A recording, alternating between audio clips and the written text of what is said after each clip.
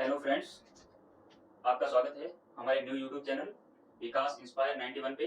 और यहाँ पे हम कुछ वीडियो लेके आ रहे हैं जो एग्ज़ाम के पॉइंट ऑफ व्यू से काफ़ी इम्पोर्टेंट होंगे, जिसमें हम कॉम्पिटिटिव एग्ज़ाम के लिए कुछ लेक्चर लेके आएंगे, कुछ टॉपिक लेके आएंगे जो प्रत्येक सब्जेक्ट से रिलेटेड होंगे, जिसमें हिस्ट्री, ज्योग्राफी, पॉलिटी, इकोनॉमी और कुछ करंट के मुद्दे जो भी वर्तमान में चल रहे हैं उसको रिलेटेड करके आगे हम इस चैनल को आगे बढ़ाएंगे। अभी जो मेरा फर्स्ट वीडियो है वो अभी इकोनॉमी का एक है पार्ट, उसको तैयार करवाएंगे। अब जो हम ये हमारा जो मेन मोटिव है कि हम ये वीडियो क्यों लेके आ रहे हैं, क्योंकि जितने भी वनडे एग्जाम हैं उसमें जैसे एसएससी, सीजीएल, सीएचएसएल और स्टेट पीसीएस के काफ़ी एग्जाम हैं, और मतलब कॉन्सेप्चुअल जितने भी टॉपिक तथ्य की जरूरत है वो हम यहाँ से प्रोवाइड करवाएंगे। और जो भी वीडियो होगा बहुत ही रिसर्च के बाद बनाया जाएगा और अच्छे से पूरा कॉन्सेप्चुअल होगा, अच्छी नॉलेज के साथ होगा। और बाकी जो भी कोई कमी हो वो आप बता देना कमेंट सेक्शन में, कि हम उसको मतलब वापस से रिपीट कर देंगे। तो हम स्टार्ट करने जा रहे हैं अभी। ये आज का चैप्टर है। आज हमने जो पहला चैप्टर लिया है वो है इकोनॉमी का एक टॉपिक है जो काफ़ी ज़्यादा इम्पोर्टेंट भी है एग्जाम के हिसाब से, कॉम्पिटिटिव एग्जाम के पॉइंट ऑफ व्यू से काफ़ी महत्वपूर्ण है और काफ़ी ज़्यादा रोल प्ले करता है इकोनॉमी के पार्ट में। जैसे बैंकिंग के एग्जाम होते हैं, बैंकिंग से रिलेटेड, और काफ़ी स्टेट के एग्जाम हैं, जितने भी वनडे एग्जाम है उसमें भी इकोनॉमी का काफ़ी बड़ा पार्ट है। तो उससे रिलेटेड आज जो हम पहला टॉपिक लेने जा रहे हैं वो है नेशनल इनकम। देखेंगे कि आखिरकार नेशनल इनकम को हम सही तरीके से और शॉर्ट तरीके से और बेसिक से अच्छे से कैसे निकाल पाएंगे पूरी, मतलब नेशनल इनकम में जैसे जीडीपी, जीएनपी, एनएनपी, उसको लास्ट तक हम फैक्टर कॉस्ट तक ले जाके एनएनपी फैक्टर कॉस्ट को कैसे अच्छे से निकालेंगे और अच्छे तरीके से, ज़्यादा घुमाएंगे नहीं लेकिन कॉन्सेप्चुअल, लेकिन अच्छे तरीके से हम इसको लेके आएंगे। तो हम नेशनल इनकम के बारे में बात कर रहे हैं, तो देखते हैं नेशनल इनकम क्या है। नेशनल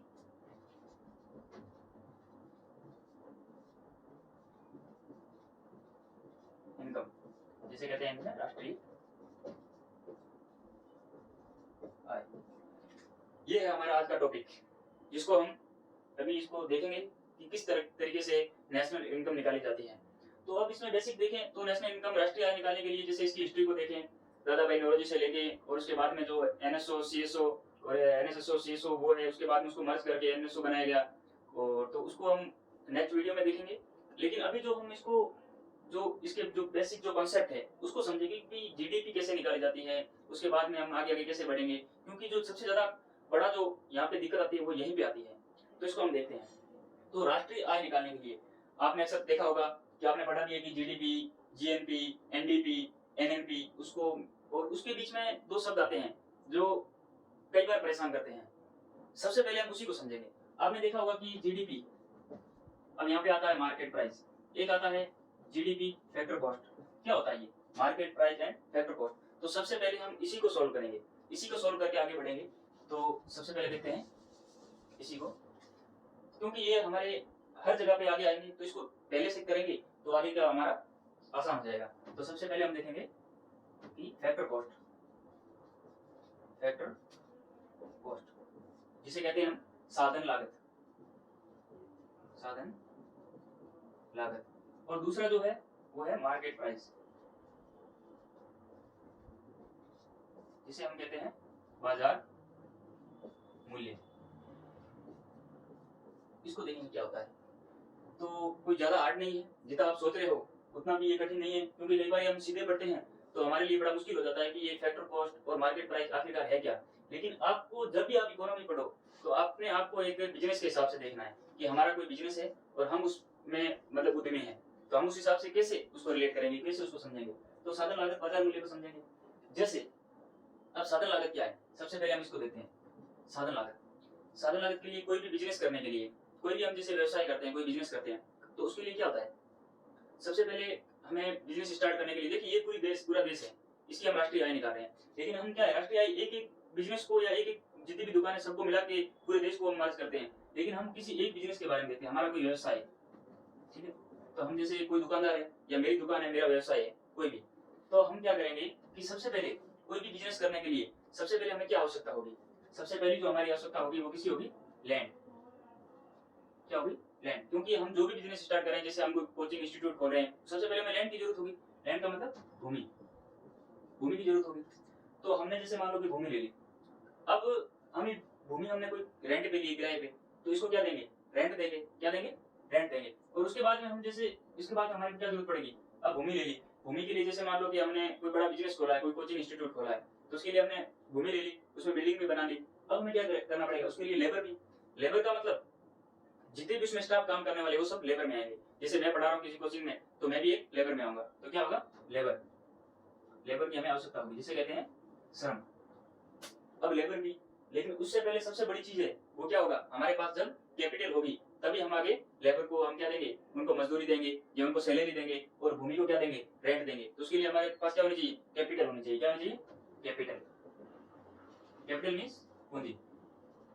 और चौथी चीज है, हम फैक्टर कॉस्ट लागत, साधन लागत को ज्ञात करने के लिए चार चीजें पढ़ते हैं, जिसमें पहला लैंड, लेबर, कैपिटल एंड, और जो चौथा होता है वो एंटरप्रेन्योर, जो मतलब उद्यमी, इसे कहते हैं हम उद्यमी। अब जो व्यवसाय स्टार्ट कर रहा है कुछ तो इसका भी मतलब, जो जो व्यक्ति व्यवसाय स्टार्ट कर रहा है वो अपनी मेहनत से कर रहा है, जो भी कर रहा है, तो कुछ तो हिस्सा इसका भी होता है। तो इस सबको निकालते हैं। जैसे मान लो कि मेरी कोई कंपनी है जिसमें मार्कर बनाने की कंपनी है, तो सबसे पहले मैंने क्या किया, अब मार्कर मेरा बन के तैयार होता है। अब जैसे मान लो कि ये मार्कर अभी 10 रुपए का है मार्केट में, कितने का है, 10 रुपए का भी ये मार्कर है मार्केट में। तो हम सबसे पहले क्या करेंगे कि जो भूमि है उसका क्या है, रेंट दिया, तो भूमि का भी कुछ खर्चा होता है, तो मार्कर बनाने में भूमि का भी सहयोग है। तो जैसे मान लो 2 रुपए हमने भूमि के दे दिए, ठीक है ना, इसमें से काट लिए 2 रुपए क्या है, लेबर लेगी, क्योंकि इसमें लेबर भी लगी इसको बनाने के लिए, जो व्यक्ति मजदूर लगे हैं उनको भी जो पैसे देने पड़ते हैं, वेजेस, मजदूरी, तो 2 रुपए मान लो ये हो गए। अब क्या है, जैसे मान लो 2 रुपए, इसमें जो हमने क्या है, पूंजी अगर किसी से रेंट पे लिए जो भी ब्याज पे है, तो उसको क्या है, ब्याज भी देना पड़ता है, कैपिटल पूंजी को ब्याज भी देना पड़ता है। तो जैसे मान लो ये है 2 रुपए यहाँ पे, और 2 रुपए क्या है, उद्यमी को बच रहे हैं, ठीक है, 2 रुपए उद्यमी को। अब ये बाजार में 10 रुपए का है, लेकिन आपने तो यहाँ पे आप टोटल करते हैं 2, 4, 6 और 8, कितने हो रहे हैं, बराबर 8 रुपए। लेकिन ये बाजार में 10 रुपए का कैसे है, इसका भी कुछ ज्यादा नहीं है। अब ये जो 8 रुपए है ना, सबको मिला करके ये क्या हो जाएगी, जो भी वस्तु जिस कंपनी में, जिस फैक्ट्री में तैयार होती है, उसे कहते हैं, उसका जो लागत मूल्य होता है, क्या होता है, इसका जो लागत मूल्य उसे हम कहेंगे फैक्टर कॉस्ट। क्या कहेंगे, फैक्टर कॉस्ट, इसको शॉर्ट में लिखेंगे। अब फैक्टर कॉस्ट कितनी है, 8 रुपए यहाँ पे। अब इसके बाद क्या हुआ कि अब ये वस्तु, ये मार्कर फैक्ट्री से बन के तैयार हो गया है, और इसकी लागत कितनी है, टोटल 8 रुपए इसकी लागत है। अब हम इस मार्कर को जब मैं बाजार में बेचूंगा, तो बाजार से मैं बेचने से पहले सरकार कहेगी भाई हम आपको इतनी फैसिलिटी अवेलेबल करवा रहे हैं, नेट, ये इतना वातावरण दे रहे हैं, क्योंकि हमारा फर्ज भी होता है कि हम सरकार को टैक्स पे करें। तो सरकार कहेगी कि हमारा भी टैक्स पे करो, क्योंकि हमारा जो बिजनेस होगा तो टैक्स देना पड़ेगा। तो अब मान लो कि यहाँ पे 2 रुपए सरकार है वो टैक्स ले रही है। टैक्स कौन सा लेगी, जो भी वस्तु सेवा है उन पर, क्या वस्तुओं पर अभी इनडायरेक्ट टैक्स, तो इनडायरेक्ट टैक्स ये, अब ये ले लिया सरकार ने 2 रुपए इनडायरेक्ट टैक्स ले लिया। तो अब टोटल कितने हो गए, 8 रुपए ये और इनडायरेक्ट टैक्स। तो यहाँ पे जो वैल्यू आएगी निकल के वो कितने रुपए आएगी, 10 रुपए। ये क्या है, मतलब फैक्टर कॉस्ट, साधन लागत जो फैक्ट्री में बन के तैयार हुआ है, जो वहाँ पे बिजनेस, और यहाँ से ये आ जाएगा जो बाजार में टैक्स, सरकार का जो टैक्स है उसको मिला के जो वस्तु जो आगे बाजार में आती है, मतलब अब बेचने लायक हो गई वस्तु। अब ये मार्केट है वो बेचने लायक है, यहाँ तक बेचने के लिए नहीं था, क्योंकि अभी सरकार को भी हिस्सा देना। अब 2 रुपए यहाँ देगी तो टोटल कितने हुए, 10 रुपए। तो इसे कहेंगे हम मार्केट प्राइस। आपको समझ आ गया होगा आसानी से, ये फैक्टर कॉस्ट क्या होती है, मार्केट प्राइस क्या होती है। फैक्टर कॉस्ट का मतलब जो भी वस्तु की लागत आई है, जहाँ पे वो बन के तैयार हुई है, उसकी जो कुल लागत है उसे कहते हैं फैक्टर कॉस्ट। और सरकार का जो इनडायरेक्ट टैक्स, अब सरकार को जो हम जितना भी टैक्स देते हैं, यहाँ पे हमने लिखा जैसे माना 2 रुपए, तो ये मिला के जो भी वस्तु बेचने के लिए बाजार में गई है, तो उसको क्या कहेंगे, मार्केट प्राइस। तो ये अब जो आपका सोल्यूशन है वो सामने आ गया कि मार्केट प्राइस क्या है और ये क्या है। तो जहां भी क्वेश्चन बनेगा तो अपन क्या करेंगे, फैक्टर कॉस्ट और उसमें factor cost plus indirect tax कर देंगे, क्या आ जाएगा, मार्केट प्राइस। लेकिन एक चीज और होती है समझने की इसमें, एक चीज वो होती है कि कई बार क्या होती है कि सरकार सब्सिडी दे देती है किसी को भी। जैसे ये मार्कर बना है, तो सरकार जैसे कि अब ये मार्कर बना है, तो ये मार्कर 8 रुपए में बन के तैयार हुआ है, लागत इसकी 2 रुपए इसकी क्या है, सरकार ने इनडायरेक्ट टैक्स ले लिया है। कई बार सरकार क्या करती है कि उस किसी को राहत देने के लिए किसी भी कारण से उस पर सब्सिडी दे देती है। अब मान लो कि सरकार ने यहाँ पे 10 रुपए 2 रुपए टैक्स लिए, लेकिन सरकार ने कहा भी 1 रुपए हम आपको सब्सिडी दे देते हैं। कितने दे देते हैं सब्सिडी, ये सब्सिडी शॉर्ट में लिखता हूँ, सब्सिडी बराबर 1 रुपए। क्या हुआ, 1 रुपए, तो ये भी इसमें क्या हो जाएगा, माइनस हो जाएगा। क्या हो जाएगा, तो अब टोटल कितना होगा मार्केट प्राइस, अब सब्सिडी, अब हम पूरा इसको देखते हैं। ये होगा फैक्टर कॉस्ट बराबर 8 रुपए, 8 रुपए हो गया। और मार्केट प्राइस कितना हो गया, ये सॉरी इनडायरेक्ट टैक्स कितना हो गया, 2 रुपए, ठीक है ना। और सब्सिडी कितनी हो गई है, सब्सिडी बराबर 1 रुपए। अब हम फैक्टर कॉस्ट से मार्केट प्राइस की ओर जाएंगे। तो फैक्टर कॉस्ट से मार्केट प्राइस निकालेंगे तो अपने आपको क्या करना है, क्या प्लस करना है, क्या माइनस करना है। सबसे पहले जो वस्तु फैक्ट्री में बनी है, जो भी उत्पादित हुई है, वो 8 रुपए की है। 8 रुपए के बाद में सरकार ने जो टैक्स लिया है उसको हम क्या कर देंगे, प्लस कर देंगे। क्या कर देंगे, प्लस। तो कितने हो गए, 10 रुपए। अब ये तो हो गया मार्केट प्राइस। जब भी सरकार सब्सिडी देती है तो हम उस 1 रुपए को क्या करेंगे, 10 में से माइनस कर देंगे। 10 माइनस 1 बराबर 9 रुपए। अब नई मार्केट प्राइस आएगी, वो ये आएगी, मार्केट प्राइस बराबर 9 रुपए यहाँ पे। लेकिन अब इसको टोटल हम निकालेंगे तो कैसे निकालेंगे, ये देखो, हम हमेशा फैक्टर कॉस्ट से मार्केट प्राइस में जाएंगे, क्या करेंगे, मार्केट प्राइस निकालेंगे। मार्केट प्राइस अगर हमारा क्वेश्चन बनता है, मार्केट प्राइस निकालने के लिए हम क्या करेंगे, factor cost plus indirect tax और माइनस सब्सिडी, ये आ गया हमारा मार्केट प्राइस। और हम फैक्टर कॉस्ट निकालेंगे तो क्या करेंगे, फैक्टर कॉस्ट निकालने के लिए ये मार्केट प्राइस अगर पूछ ले तो मार्केट प्राइस का फॉर्मूला होगा, फैक्टर कॉस्ट में हम प्लस क्या करेंगे, इनडायरेक्ट टैक्स करेंगे और उसमें से सब्सिडी है वो माइनस कर देंगे। अब अगर फैक्टर कॉस्ट का जो फॉर्मूला है वो कैसे होगा, तो सबसे पहले हम क्या करेंगे, मार्केट प्राइस और माइनस क्या कर देंगे, हमें वापस फैक्टर कॉस्ट मतलब ये 8 रुपए निकालने वापस, तो हमने क्या किया था, इसमें ऐड किए थे जो, उसको क्या कर देंगे, इनडायरेक्ट टैक्स को माइनस कर देंगे, निकाल देंगे। और जो ये सब्सिडी थी उसको क्या कर देंगे, जो सरकार ने वापस ली थी, अब 9 रुपए हुए टोटल है ना, तो उसको हम सब्सिडी को क्या कर देंगे, प्लस कर देंगे, मतलब इसका उल्टा कर देंगे। तो ये फैक्टर कॉस्ट आ गई। साधन लागत और बाजार मूल्य ये दोनों निकाल दिए। अब इसी के आधार पे हम क्या करेंगे, इसको यूज करेंगे, ठीक है ना। तो सीधा ले चलते हैं नेशनल इनकम के कुछ जो अपन जो आगे पढ़ेंगे उस तथ्य पर लेके जाते हैं। तो इसको एक बार मैं रिमूव कर देता हूँ, अपने शुरुआत से देखते हैं। अब नेशनल इनकम निकालेंगे, क्या, राष्ट्रीय आय। राष्ट्रीय आय को निकालने के लिए सबसे पहले हमें क्या याद करना होता है, जीडीपी। देखिए एक बात और कि हम नेशनल इनकम निकालेंगे, नेशनल इनकम कहेंगे क्या, राष्ट्रीय आय किसे कहते हैं, राष्ट्रीय आय कहते हैं एनएनपी फैक्टर कॉस्ट। यहां पहुंचेंगे, कहां पहुंचेंगे, एनएनपी फैक्टर कॉस्ट को ही शुद्ध राष्ट्रीय आय कहते हैं। क्या कहते हैं, शुद्ध राष्ट्रीय आय या निवल राष्ट्रीय आय। हम इसको निकालेंगे लास्ट में। इसको कैसे निकालेंगे, तो हमारी जो शुरुआत होगी वो हमारी होगी यहां से, जीडीपी, जीडीपी मार्केट प्राइस। कहां से होगी, जीडीपी मार्केट प्राइस।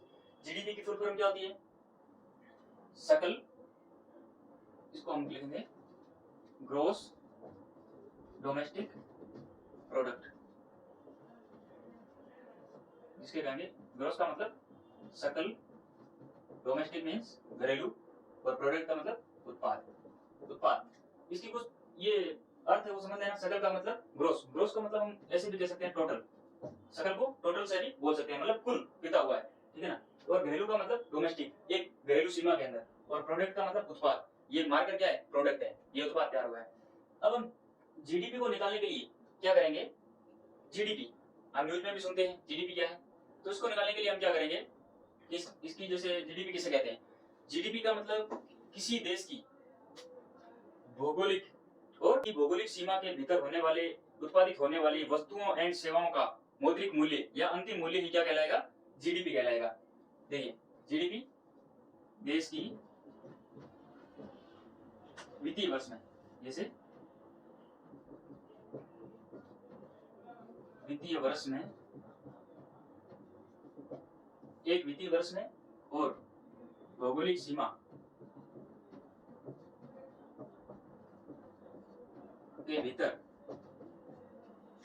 एक वित्तीय वर्ष में, वित्तीय वर्ष कब होता है, 1 अप्रैल से 31 मार्च, ये हमारे कॉन्स्टिट्यूशन के हिसाब से ये हमारा वित्तीय वर्ष रखा गया है, जिसके अनुसार ही हम किसी भी देश की जीडीपी को काउंट करते हैं या जिसकी राष्ट्रीय आय को काउंट करते हैं।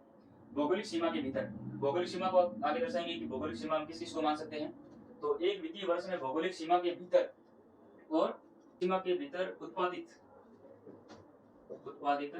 सभी वस्तुओं एवं सेवाओं के अंतिम मूल्य को ही, अंतिम या मौद्रिक मूल्य को हम क्या कहेंगे, जीडीपी कहेंगे, ठीक है ना। जीडीपी की क्या परिभाषा होगी, एक वित्तीय वर्ष के भीतर, जो वित्तीय वर्ष 1 अप्रैल से 31 मार्च, भौगोलिक किसी देश की भौगोलिक सीमा के भीतर उत्पादित सभी वस्तुओं एवं सेवाओं के मौद्रिक मूल्य को हम क्या कहेंगे, उत्पादित सभी वस्तुओं एवं सेवाओं के मौद्रिक मूल्य को हम कहेंगे जीडीपी कहेंगे, ठीक है। तो ये होगी परिभाषा। अब हम जीडीपी को समझने के लिए सबसे पहले हम मार्केट प्राइस देखा। मार्केट प्राइस कौन सा, जो मार्केट तैयार हो गए टैक्स लेने के बाद में और सब्सिडी देने के बाद में जो प्राइस आएगी वो प्राइस हम काउंट करेंगे जीडीपी में, ठीक है ना। अब भौगोलिक सीमा से आसे, अब इसी को मैं इसको एक बार मिटा रहा हूँ, एक साफ कर रहा हूँ इसको यहाँ से इसको सब। अब देखो भौगोलिक सीमा से आसे, भौगोलिक सीमा से आसे। अब हमने ये तो देख लिया कि हमारे देश की भौगोलिक सीमा के भीतर उत्पादित होने वाली सभी वस्तुएं सेवाओं को के मौद्रिक मूल्य को हम क्या कहेंगे, जीडीपी। लेकिन हम भौगोलिक सीमा किसे माने, देश की। तो इसके लिए कुछ जो पॉइंट्स है वो हम देखेंगे, विशेषकर तीन चार पॉइंट है वो हम देखेंगे कि भौगोलिक सीमा किसे माना गया है हमारे जो नियम बने हुए हैं इंटरनेशनल व्यापार के या जो भी उसमें। तो हम देखते हैं कि हमारा देश है ये इंडिया। अब इंडिया का ऊपर वाला ये पार्ट अभी है क्योंकि समुद्र को देखना है। अब ये जो अपनी जो भौगोलिक सीमा ये पूरी है, सीमा से आसी क्या है, ठीक है ना। तो ये जो जमीन का भाग है, ठीक है ना, तो ये और समुद्र का भाग, कौन सा, समुद्र का भाग, इसको हम जैसे ये हमारा क्या है, समुद्र है, ये पानी है। इस सीमा के भीतर ये हमारा देश है, इस सीमा के भीतर जितना भी उत्पादित जो भी वस्तुएं एंड सेवाएं उत्पादित होती है, जो भी उत्पादन होता है, उसके अंतिम मूल्य को हम क्या कहेंगे, जीडीपी कहेंगे। अब जो हमारा इसको भौगोलिक सीमा किसे माना गया है, अब हम समुद्र में 12 नॉटिकल माइल कितना है, समुद्र में जाएंगे तो ऐसे नहीं कि पूरा हिंद महासागर हमारे अंडर आएगा। समुद्र को कुछ रूल्स के हिसाब से जितनी भी कंट्री है उन सबको दिया गया है। जैसे हमें भी 12 नॉटिकल माइल्स कितना दिया गया है, 12 नॉटिकल माइल्स। मतलब अपनी भौगोलिक सीमा, जैसे यहाँ से मुंबई लगता है, मुंबई से हम 12 नॉटिकल माइल्स तक क्या है, जितने भी हमारे मछुआरे जितने भी आर्थिक एक्टिविटी करते हैं, जो भी, क्योंकि मछली का जो एक्टिविटी करते उत्पादन करते हैं वहां से जो उनको बेचते हैं, वो भी क्या है एक आय में, एक देश की आय में काउंट होता है। तो उसका भी जो आगे व्यापार चलता है, जो बंदरगाहों के स्टेशन होते हैं वहां पे, तो 12 नॉटिकल माइल पे जितनी भी एक्टिविटी होती है वो उस देश की जीडीपी में काउंट होता है। तो वैसे ही हमारे इंडिया में 12 नॉटिकल माइल तक हम जितनी भी आर्थिक एक्टिविटी करते हैं, जैसे मछुआरों के द्वारा जो भी, वो जितनी भी एक्टिविटी होती है वो सब किसमें आएगा, हमारी जीडीपी में आएगा, हमारे देश की जीडीपी में काउंट होगा। तो ये हो गया भौगोलिक सीमा, तो आएगी ही। उसके अलावा जो समुद्र के अंदर 12 नॉटिकल माइल तक हम कर सकते हैं, ठीक है, आर्थिक एक्टिविटी, तो ये जीडीपी में काउंट होगा। पहला हो गया देश की भौगोलिक सीमा, स्थलीय सीमा, और दूसरी होगी स्थलीय, पहला हो गया स्थलीय सीमा और दूसरा हो गया समुद्रिक सीमा। ये कितनी है, 12 नॉटिकल माइल। और तीसरा है वो है कि हमारे देश के जितने भी राजदूत दूतावास बने हुए हैं, दूतावास, उनकी जो दूतावास में देखिए, दूतावास भी तीन प्रकार के हैं, जैसे आर्थिक, सामाजिक और सैन्य दूतावास। तो उसको भी डिटेल में देखेंगे, लेकिन अभी देखो कि दूतावास जितने भी है उनकी भी जितनी एक्टिविटी होती है वहां पे, उन सबकी जो इसमें जो गणना की जाती है वो भी इसी में की जाती है कि उनकी क्या आर्थिक प्रक्रिया है, वो सब इसमें की जाती है। और चौथा होता है वो होता है कि हमारे जितने भी शिप है, शिप, जहाज जितने भी हैं, वो सब क्या है, जो भी सामुद्रिक शिप है, जहाज है, वो जहां भी जिस देश में अगर गए हुए हों, अभी इंडिया है, अब इंडिया में जैसे मान लो कोई शिप हमारा है वो समुद्र में यहाँ चल रहा है, जैसे मान लो कि मलक्का स्टेट से निकल रहा है, जहां भी चल रहा है, रशिया के क्षेत्र में कहीं भी हो, लेकिन उस वर्ष के भीतर वो जहां भी उसमें एक्टिविटी की हो, लेकिन वो चाहे यहाँ पे हो कहीं भी पूरे वर्ल्ड में, लेकिन इसकी जो आर्थिक एक्टिविटी है, जितनी भी उसकी इनकम है, वो किस में काउंट होगी, वो सब जीडीपी में काउंट होगी। इसकी जो आय है वो किस में काउंट होगी, जीडीपी में, क्योंकि ये भी हमारे देश का हिस्सा होता है, इसे भी देश का हिस्सा माना भी गया है, क्योंकि हमारा सारा व्यापार शिप से ही होता है और जहाज से ही होता है। और पांचवी एक चीज और रह गई फाइनल, वो है देश कुएं, तेल के कुएं, क्या है, तेल के कुएं। अब कहीं भी हमारी हिस्सेदारी हो, किसी भी देश में जो भी तेल के कुएं, उसमें अगर हमारी कोई हिस्सेदारी हो, तो उसकी आय है वो भी किसमें काउंट होगी, वो भी हमारे जीडीपी में काउंट होगी। तो ये है, इसका आप स्क्रीनशॉट ले सकते हैं। अब हम आगे बढ़ते हैं, क्योंकि डिटेल की बात है वो कर ली हमने, ये हमारे होगी देश की भौगोलिक सीमा हो गई है। अब देखते हैं आगे,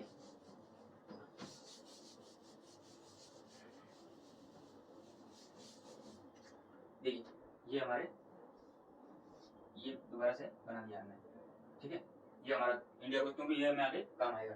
तो हम जीडीपी निकालेंगे। जीडीपी किसी देश की भौगोलिक सीमा के भीतर होने वाली उत्पादित सभी वस्तुओं और सेवाओं के मौद्रिक मूल्य को हम क्या कहेंगे, जीडीपी। अब जीडीपी के बाद में क्या करेंगे, ये तो होगी जो भी वस्तुएं तैयार हुई है, ये मार्कर तैयार हुआ है। अब इसके बाद में हम निकालेंगे जीडीपी के बाद में, जैसे यहाँ से हम निकलेंगे तो यहाँ आएगा, हम डेप्रिसिएशन निकालेंगे। क्या करेंगे, अब जैसे ये मार्कर बना है, अब मार्कर बनाने के लिए क्या है, हमने कुछ मशीनें यूज ली होगी, कुछ फर्नीचर यूज लिए होंगे। अब जो भी है, जैसे मान लो कि आपने कोई गाड़ी ले रखी है या आपने कोई कंप्यूटर ले रखा है, जैसे आपकी कोई गाड़ी है, आप कहीं पे उसको किराए पे दे रखी है या उससे आप इनकम जनरेट करते हो या फिर उससे जो भी करते हो, तो आपको पता है कि आपकी गाड़ी है वो जैसे मान लो कि 10,000 रुपए मंथली कमाती है, 10,000 रुपए आपको इनकम देता है, आप कहीं भी उसको यूज कर रहे हैं। अब इसको काउंट करेंगे तो एक साल की कितनी हो जाएगी, 1,20,000 हो जाएगी। लेकिन हम इस हिसाब से तो हमारी जो जीडीपी, इसकी टोटल जो जीडीपी हम मान ले, जो भी जीडीपी एक बार मान के देखते हैं, तो हमारी कितनी हो जाएगी, 1,20,000 रुपए। ये हो गया हमारे एक वर्ष की।